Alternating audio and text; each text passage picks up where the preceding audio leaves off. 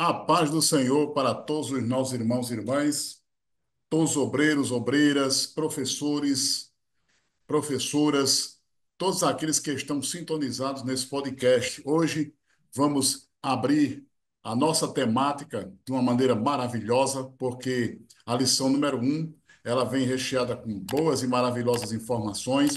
Com certeza que se distribui mais informações em todas as demais lições, cujo tema é a organização dos livros do Antigo Testamento.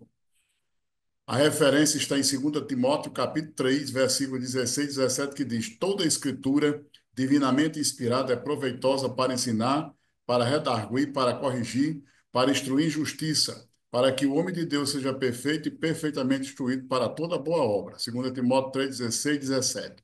Eu sou o evangelista Souza e estou aqui juntamente com o pastor Gesian, da cidade de São Vicente, onde ele já vai aí iniciar com as suas saudações para todo o povo de Deus e para todos aqueles que estão sintonizados. A paz do Senhor a todos, a paz do Senhor, Evangelista Souza.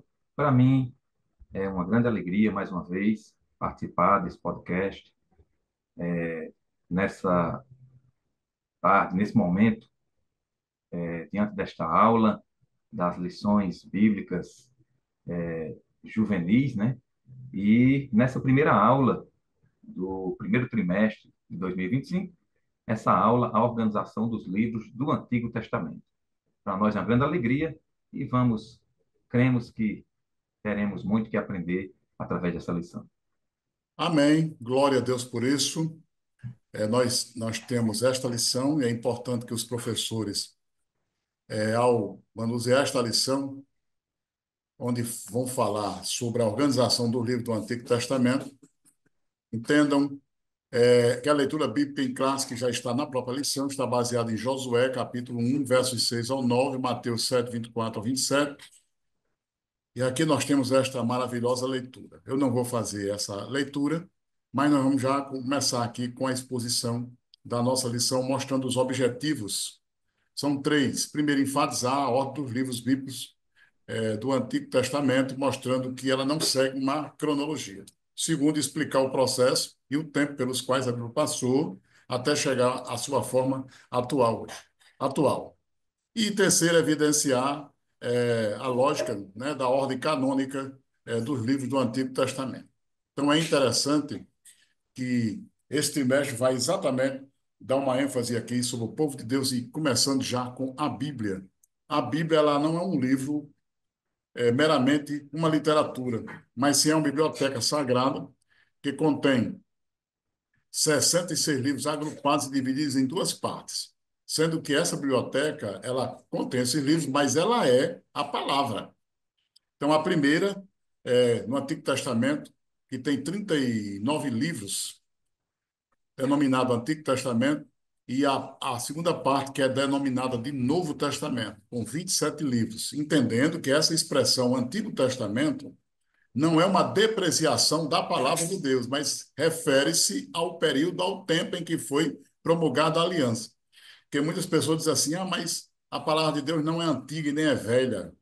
Mas aqui não se está depreciando a palavra de Deus, está apenas situando didaticamente a aliança, chamada a antiga aliança, que é chamada de Antigo Testamento, e a nova aliança, que é chamada de Novo Testamento, onde a nova aliança tem 27 livros, estão somando aí 66, 39 do Antigo com 27 do Novo. E esse termo é um termo Bíblia, esse nome que nós temos, um Bíblia, ela vem exatamente do latim, que é oriunda exatamente da palavra grega Biblion, e da expressão grega da Bíblia, que significa livros sagrados, no plural. Então, estes livros, eles não são livros quaisquer, mas eles foram livros inspirados por Deus, conforme Paulo atesta em 2 Timóteo, na sua segunda carta a Timóteo, capítulo 3, versos 16 ao 17, onde o Senhor, Deus, revela a sua vontade à humanidade.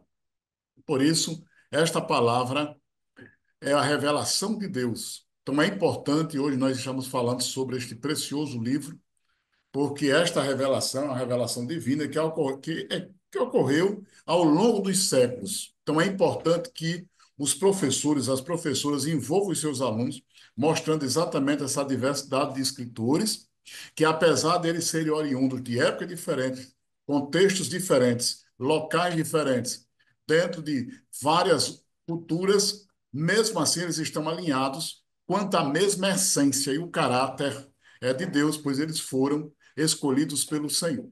Então, o pastor Gesian fazendo aí também uma introdução sobre a Bíblia e esse tempo de escrita da palavra do Senhor. Souza, nós podemos ver aí sobre a questão desse primeiro tópico, a Bíblia, né? E esse primeiro subtópico, o tempo de escrita, isso aí só para nós evidencia a paciência e a providência de Deus, né? Pois A nós benção, sabemos né? que foi um longo tempo e ele usou, como você já disse, homens de diferentes épocas para transmitir uma mensagem que é atemporal, é uma verdade, né? A verdade da palavra de Deus, que tem transcendido o tempo e o espaço e que foram escritas por diversos autores, incluindo reis, pastores, pescadores, profetas. E interessante que cada um trouxe uma própria perspectiva assim de experiência ao texto. Mas nós vemos que Deus, na sua soberania, ele tem preservado a Bíblia, mesmo diante de tantas tentativas de destruição, né? Isso é uma prova da fidelidade de Deus para com a humanidade e preservando a sua palavra. E essa história da formação da Bíblia nos mostra que Deus ele está envolvido ativamente com a história da salvação. Porque eu fico pensando assim, Evangelista Souza, como Sim. Deus julgaria a humanidade se ele não tivesse preservado a palavra dele? Baseado em quê ele iria julgar, ele iria determinar quem se salvaria, quem não se salvaria? Se a gente analisar pela própria lógica, seria necessário, ou é necessário, um livro, né, com leis, com mandamentos, com princípios, para que Deus possa julgar a humanidade. Então, Deus, ele preservou a Bíblia Sagrada para que, através dela, nós pudéssemos servir a Ele, entender a sua verdade, a sua vontade, e seremos julgados por esta palavra. O próprio Jesus disse: Eu não julgo ninguém, a minha palavra é quem julga. Então, Deus ele tem guiado o seu povo ao longo dos séculos, e nós temos visto o zelo de Deus com a sua palavra. Interessante que o fato da Bíblia ser escrita ao longo de aproximadamente assim 1.600 anos, cerca de 40 autores, como nós sabemos, isso mostra o quê? A providência de Deus. Isso mostra que mesmo tendo uma diversidade de vozes, mesmo assim, a mensagem existe uma unidade na mensagem. Não existe contradição na Bíblia, como muitos dizem. A contradição tem sido na cabeça das pessoas. Mas a palavra de Deus em si, a palavra de Deus, é claro que em versões pode acontecer na questão nas escritas dos textos, tem uma falha humana, mas não no conteúdo bíblico, na mensagem bíblica. A mensagem bíblica ela tem sido preservada ao longo dos tempos, porque vai ser através dessa palavra que Deus vai julgar a humanidade. Outra coisa, Sousa, para concluir a minha fala, é que o que eu acho interessante é que essa providência divina fez com que Deus estivesse supervisionando a escrita e a preservação das escrituras. Não, Deus não deixou assim ao léu o homem fazer de qualquer jeito, não. Em meio, como já disse, a tantas perseguições e tentativas de destruição, essa mensagem da Bíblia ela tem sobrevivido, ela tem continuado, tem chegado até nós, né? E Deus, isso mostra que Deus está envolvido na história e que a sua palavra é eterna e capaz de resistir ao teste até mesmo do tempo. É uma benção mesmo, porque só o fato de nós termos assim a Bíblia, conteúdo, né? De forma completa em mãos é um milagre. Com certeza. Porque a Bíblia não é um livro que ficou pronto assim, de uma hora para outra, de um minuto para outro. Não foi assim uma coisa instantânea. Quer dizer, Deus levou um tempo em relação aos homens, porque esses homens não foram quaisquer homens, mas foram homens inspirados.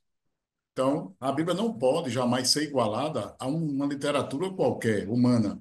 porque ela tem um crivo, ela tem uma marca, ela tem um DNA, ela tem um, podemos dizer assim, um código de barras divino, uma marca, uma essência que é diferente, conforme aí o pastor Gesian expressou. Pode haver erros, não na palavra, pode haver um erro de gráfica, pode haver um erro até de tradução, pode Sim. haver um erro de compilação, mas veja que, mesmo havendo esses erros de gráfica, erro de compilação, existe sim as traduções de Bíblias exatamente para remontarem a esses princípios, mas em nenhuma tradução de Bíblia por mais profissional, ou talvez em que um outro não possa ser tão profissional como o outro, mas não pode tirar jamais a essência, né, dessa palavra. Por exemplo, não pode haver uma tradução de Bíblia que vá ferir a santidade de Deus. Não pode haver uma tradução de Bíblia que vá permitir que o pecado seja algo maravilhoso e que o pecado não afaste o homem de Deus. Nunca. Que vá contra os Então, princípios pode bíblicos. falar. Não, justamente, eu digo assim, que vá contra os princípios, né, da palavra de Deus, que vá contra a Exato. doutrina que sustenta o cristianismo. Não, Quer não dizer, pode. a palavra de Deus, ela passa incólume a tudo isso. Então, ela passou por um processo de formação que demorou. Pode ver que Deus usou aí durante 1.600 anos, quer dizer, mais de 1,5 milênio. Então, veja que, mesmo que nós possamos ler, desde o seu primeiro até o último escritor, por aproximadamente os 1.600 anos aí que foram citados, foram quase 40 escritores, onde esses escritores, todos eles cheios da bênção de Deus, da graça do Senhor, da divina obra, o Senhor inspirou a todos eles. Então, a Bíblia ela não foi produzida por vontade humana, mas diz que homens santos de Deus falaram, movidos ou inspirados pelo Espírito Santo. E o que é o Espírito Santo? O Espírito Santo é aquele ser que jamais erra, jamais muda. Nós, como seres humanos, mudamos, mas essa palavra, ela existe através dos séculos, é algo extraordinário, é o livro mais comprado do mundo, e nós só podemos atribuir isso o quê? A Deus, né? Então, Deus é a essência de tudo. Então, é interessante aí, pastor Gesem falando sobre essa questão temporal. Quer dizer, Deus usou o tempo, então, não foi um livro assim que foi produzido de uma hora para outra, mas Deus, no sentido dos homens, Deus gastou um certo tempo. E esses 40 escritores, envolvendo aí escritores, tá aqui no masculino, mas é claro que a gente teve a presença da obra feminina, as mulheres que também participaram desta bênção maravilhosa. De sorte que por todos esses anos essa palavra resistiu, ela perseverou e essa sua mensagem chegou até em nossas mãos. E hoje nós temos Bíblias de várias maneiras, né? Nós temos Bíblias digitais, nós temos onde a Bíblia é disseminada, onde a Bíblia é propagada, onde a mensagem é levada, nós temos a Bíblia em vários idiomas, nós temos ela em várias culturas, nós temos esta Bíblia nos dias de hoje, que é o livro mais comprado no mundo, e nós só podemos atribuir isso a Deus. Então, continuando aqui essa exposição sobre a Bíblia, sobre essa composição do Antigo Testamento. Pode falar um pouco aí, pastor Gesian, sobre essa composição, que é o tópico 1.2 da nossa lição, sobre o Antigo Testamento e a sua composição. É justamente, o Antigo Testamento, a gente vê que ele não é apenas uma narrativa histórica. Tem realmente revelado a natureza de Deus, o seu relacionamento com a humanidade, e Deus, ele, mesmo se relacionando com homens comuns, cheios de falhas, mas esses homens foram usados para cumprir o seu Glória a propósito, Deus por isso. né? Então, a gente vê que houve uma direção de Deus, houve toda uma orientação da parte do Senhor, uma inspiração divina, e nós, inclusive, vamos ver no subtópico 1 que a ordem não é cronológica, né? Isso. Mas essa ordem atual que nós vamos ver é uma ordem canônica, que cremos que Deus tem guiado até nesse sentido também. Verdade. Então, o Antigo Testamento ele tem 39 livros, o Novo, como a gente falou aqui, né, no início, tem 27. Então, no Antigo Testamento, cerca de uns 30 escritores, onde predominantemente foi a língua hebraica, foi no hebraico escrito o Antigo Testamento no hebraico, embora que alguns textos contenham o aramaico, mas mesmo assim está dentro da linha do hebraico, onde o Antigo Testamento ele não é só uma narrativa histórica, pois ele trata exatamente da revelação de Deus, né? Onde Deus fala com o homem. Então, ele mostra os grandes feitos de Deus através de milagres e alianças. Ele foca nessa maneira extraordinária, né? Como Deus, o Todo-Poderoso, ele escolheu homens comuns, cheio de falhas. Interessante, pastor Gessé, que a Bíblia é um livro extraordinário porque ela prova que não é um tratado de homens, porque mesmo que nós leamos lá a história de personagens bíblicos, mas se ela fosse, por exemplo, escrita pelo ponto de vista apenas dos homens, quem é que teria coragem de colocar as falhas deles mesmos? Não é? Justamente. Por Como exemplo, a falha de uma Davi, biografia de Abraão, se fosse uma coisa autorizada só por ele, será se, como ser humano, ele sim, iria autorizar aquele bocado de erros? jamais. Né? Aqueles personagens da Bíblia mencionam os erros desses homens. A gente estuda a história de Abraão, de Isaac, de Jacó, de José. Mesmo José, aquele homem justo, mas também como um ser humano. Então, Hum, jamais nós teríamos um livro tão completo como esse, onde a gente aprende com os erros e os acertos desses homens de Deus. é Porque verdade. se fosse um livro só biográfico, só estaria lá o que é as glórias, né? Os triunfos, as conquistas, nunca jamais os erros. Por exemplo, quando ele vai escrever uma biografia de homens, geralmente nós, como seres humanos, a gente escreve só os momentos de glória, né? As virtudes, as conquistas, De quê? jamais as falhas e os defeitos, né, Suzy? Pois é, mas a Bíblia é um livro completo, então Verdade. ela não mostra apenas os grandes feitos desses homens, mas os grandes feitos de Deus através de milagres e alianças. Foca na maneira extraordinária como Deus Todo-Poderoso. Então, esse tópico 2 aqui, que fala sobre a ordem cronológica, realmente a Bíblia não está numa ordem cronológica.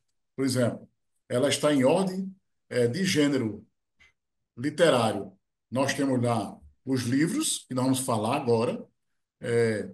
Aqui eu vou começar e o pastor Gesenha pode continuar, Uhum, onde esses livros eles estão agrupados por por gênero literário. Por exemplo, os 5 primeiros livros, onde nós temos o chamado Pentateuco, que trata exatamente dos livros da lei. Ele caracteriza exatamente mostrando a criação e culmina com a revelação da entrega da lei e essa relação do povo de Israel com a lei divina. Então, muitas pessoas, por falta de conhecimento, acreditam que a Bíblia está organizada de maneira cronológica. Ou seja, a maneira como esses livros estão distribuídos dentro da Bíblia estariam na ordem. Mas não é dessa forma. Podemos dizer assim que a Bíblia está em ordem de categoria, categórica, em ordem de gênero literário, né? Porque eles estão organizados em blocos literários distintos, onde é conhecida essa ordem canônica, tanto o Antigo Testamento como o Novo. Então, esse relato, onde ele se pode se intercalar aí, como nós temos, entre vários livros, por exemplo, nós temos histórias que envolvem Esdras, Neemias, Estéia e Zacarias, dentro de um contexto. Mas se a gente for analisar, a maioria dos livros, todos eles estão organizados de uma maneira por categoria. Então, há aqueles livros que contam história sob perspectivas diferentes, como o livro, por exemplo, Samuel Crônicas.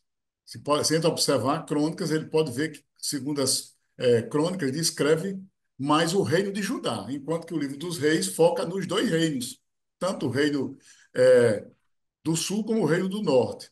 Então, é bem interessante isso aí. Pastor Gesenha, pode continuar esse mesmo tópico 2 aí, falando sobre essa ordem canônica, descrevendo os livros na sua ordem. Por exemplo, pronto. começando pelo Pentateuco até o nosso último livro da Bíblia. Então, evangelista Souza, a gente percebe, a gente crê que essa organização foi intencional do próprio Deus, não foi algo arbitrário, não foi algo que veio do homem, essa ordem canônica, né? E Isso. por não ser cronológica, então isso reflete, com certeza, a maneira que o próprio Deus desejou que essa mensagem fosse transmitida. Nós cremos que Deus também conduziu dessa forma. E, como você já falou, essas sessões, esses grupos, nós podemos ver, começando como pelo Pentateuco, né? E, de uma forma bem resumida, estabelece a base da lei, da aliança de Deus com o seu povo, mostra é, que ele se revelou a Moisés e ao povo de Israel. Depois, vindo a segunda seção de livros, os livros históricos, que de outra forma bem resumida narra a formação da nação de Israel. Tem também os livros, vem depois, poéticos e proféticos, na ordem, né, canônica, e que trazem ensinamento, sabedoria, esperança, tal. Então, de uma forma assim como está na organização bíblica, essa ordem canônica, eu fiz até uma relaçãozinha aqui que parece ser cansativa, mas só para a gente seguir o subtópico. O Pentateuco, Gênesis, Êxodo, Levítico, Números e Deuteronômio. Os livros históricos, Josué, Juízes, Ruth, 1º e 2º Samuel, 1º e 2º Reis, 1º e 2º Crônicas, Esdras, Neemias e Esté. Depois vem os livros poéticos, Jó, Salmo, Provérbio, Eclesiastes, Cânticos dos Cânticos ou Cantares de Salomão. E os livros proféticos, que, como nós sabemos, são divididos em profetas maiores e menores, né? Os profetas maiores, Isaías, Jeremias, Lamentações, Ezequiel e Daniel. E os profetas menores, Oséias, Joel, Amós, Obadias, Jonas, Miqueias, Naum, Abacuque, Sofonias, Ageu, Zacarias e Malaquias. Então, essa organização, cremos que veio do próprio Deus, não é cronológica, como já foi dito, mas é chamada de canônica, né? E Deus tinha e tem um propósito em cada sessão dessa. E isso creio e acreditamos, com base bíblica, que contribui para compreensão melhor da humanidade acerca da história da salvação, que é o tema central da Bíblia, a salvação em Cristo Jesus. É uma benção. Então, no top 3, onde o professor vai expor a visão panorâmica da Bíblia para os seus alunos, que é interessante isso, onde ele vai falar sobre o Pentateuco, esses livros históricos, onde Pentateuco significa 5 rolos, né, os 5 livros, referencia exatamente aqueles 5 primeiros livros da Bíblia, que nós temos do Gênesis até Deuteronômio.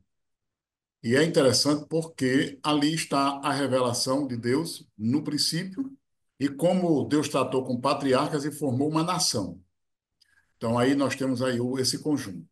Aí na sequência, conforme aí o pastor Gesian já fez em linhas gerais, nós temos os livros históricos, que são 12, que conta exatamente essa história da formação de Israel, sua divisão, sua monarquia, como nós temos aí a relação, a vida do povo de Deus, até, até nós temos aí uma perspectiva bem interessante sobre uma narração bastante profunda sobre a nação de Israel e os feitos dos reis e como se comportar em relação à palavra. Então, nós temos aí logo nos 5 primeiros livros, a história de Abraão, de Isaac, de Jacó, de José, a formação das 12 tribos no sentido humano, e depois nós temos o histórico das 12 tribos nos livros históricos. Então é bem interessante isso. Então, nessa formação da nação, quando eles conquistaram a terra prometida, aí os livros sagrados vão exatamente fazer um tratado histórico, como foi exercido por Deus no período da monarquia e até antes da monarquia. Então, nós temos a história do Reino Unido de Israel, que foi exatamente sobre os reis Saul, Davi e Salomão. E depois nós temos a divisão do reino, onde o próprio reino de Israel, onde o próprio Israel foi dividido em 2 partes. O reino do norte, formada por 10 tribos, e o reino do sul, formada por 2. Onde o reino do sul formado pela tribo de Judá e Benjamim, tendo como capital Jerusalém. E o Reino do Norte, formada pelas demais tribos, onde nós temos a capital Samaria. De sorte que o Reino do Norte ficou sendo chamado de Israel. E o Reino do Sul ficou sendo chamado de o Reino de Judá, ou a tribo de Judá, ou judeus. Embora que hoje essa designação judeus, hoje se aplica a toda a nação. Mas no sentido histórico é isso. Então é bem interessante aqui essa questão. Aí nós temos os livros poéticos. Não é que a gente não tem assim, né, pastor Jesus? É uma história nos livros poéticos. Por exemplo, o livro de Jó, ele inicia com aquele encontro entre Deus e quando Satanás se apresenta, um pedaço, assim, um relato histórico de como veio o sofrimento de Jó, e no final é um pequeno relato histórico como terminou Jó, mas o livro mesmo predomina a questão literária, poética, né? Pode Justo. ver que é uma questão poética. Quer dizer, como acontece isso com esses escritos poéticos, que é Jó, Salmos, nós temos Provérbios, Eclesiastes e Cantares de Salomão. Então é bem interessante aí, que é interessante que os professores repassem isso para os seus alunos. Mostre que esses livros poéticos, eles predominam a mensagem poética, né? A mensagem em que nós temos mais predominante o gênero poético nesses livros, que é o livro de Jó, Salmos, Provérbios, Eclesiastes e Cantares. Então é bem interessante aí, porque depois nós temos, no final do Antigo Testamento, os livros proféticos, que são formados aí, ao todo são 12 livros, né? Onde nós temos 12 livros dos profetas menores, nós temos 5 livros dos profetas maiores. Profetas mesmo, nós temos 4. E livros, profetas maiores, são 5, porque Lamentações pertence a Jeremias. Então, nós temos os 4 profetas, que são os 4 profetas maiores, e nós temos 5 livros que formam os profetas maiores, por causa de Lamentações, que, juntamente com o livro do profeta Jeremias, embora que seja um profeta somente. Então é bem interessante aí, porque ele relata exatamente a perspectiva histórica pela qual há aí a prova de que não está na cronologia, porque a gente vê a história, né, de Israel nos livros históricos, mas nos livros poéticos e nos livros proféticos nós temos exatamente os acontecimentos dentro da história de Israel. Os profetas profetizaram nos tempos do rei, Deus levantou no tempo dos reis de Judá, dos reis do norte. É bem interessante isso aí. Aí nós temos o Novo Testamento, né? E aqui hoje nós estamos falando aqui sobre mais o Antigo. Então a gente vai dar uma ênfase mais aqui no Antigo, porque, em razão aqui da nossa lição. Então já estamos aqui chegando ao fim, né? Da nossa lição. Alguém diz assim, mas você não vai falar um pouco sobre o Novo? Sim, mas aí a ênfase aqui é mais a composição dos livros, né? Do Antigo Novo Testamento. Testamento, Embora que a justamente. gente possa aqui falar um pouco sobre o novo, que eu acredito que depois Isso nós aí. vamos falar sobre isso aí. Tem algo a acrescentar aí, pastor E Jesse? eu digo que a lição é sobre a organização do antigo, né? Então, É, vamos eu, focar ia- eu mais ia nesse até ponto, falar né? aqui, mas é melhor a gente deixar, né, para outra lição. Então, nesse Deixar como tema momento, próximo. vamos aqui tecer as considerações finais, onde queremos aqui destacar, e eu vou já fazer minhas considerações finais, e depois o pastor Gesian aí já pode concluir, viu? Então, a Bíblia é um livro que possui uma história. Sua preservação é fascinante, sua existência é um milagre, sua autoria é divina, seus instrumentos foram homens movidos pelo Espírito Santo, sua aplicação é para nós, é um livro atual, é um livro do passado, é um livro do presente e é um livro do futuro. É um livro que é transmitido através de gerações, chegou às nossas mãos, hoje está em diversas modalidades, diversas formas, é, todas essas adversidades foram superadas e possibilitaram que a Bíblia chegasse até nós. Então, é uma forma extraordinária em que Deus trabalhou para que hoje nós pudéssemos conhecer a sua vontade. O pastor Ginês até fez essa colocação. O que seria dos homens se não fosse a Bíblia, o livro? Qual seria a nossa referência? Resumindo, não seríamos nada. Mas como Deus, na sua providência, enviou a Bíblia, então nós temos uma referência. Então, que Deus nos abençoe. Já teço aqui minhas considerações finais, já pedindo a bênção de Deus sobre a nossa vida e a todos aqueles que vão ministrar essa preciosa lição. Pastor José.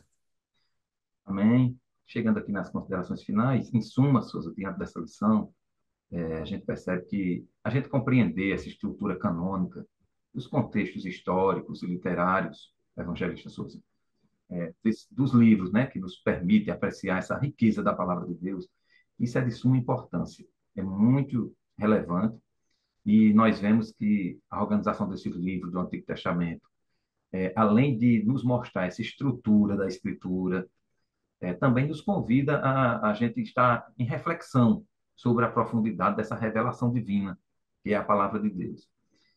Conhecer a história da formação, da preservação da Bíblia, né? Isso para nós é algo muito edificante, mostra a fidelidade de Deus durante toda a história para com o seu povo. E, por fim, a gente compreender tudo isso esses contextos históricos, literários desses livros, faz com que a gente veja a grandeza da palavra do Senhor, como é importante a gente servir a Deus e crer nessa palavra. E, por fim, o que nós devemos, diante de tudo isso, é valorizar e praticar cada dia os ensinamentos da Bíblia Sagrada. Que Deus abençoe a todos nós, né?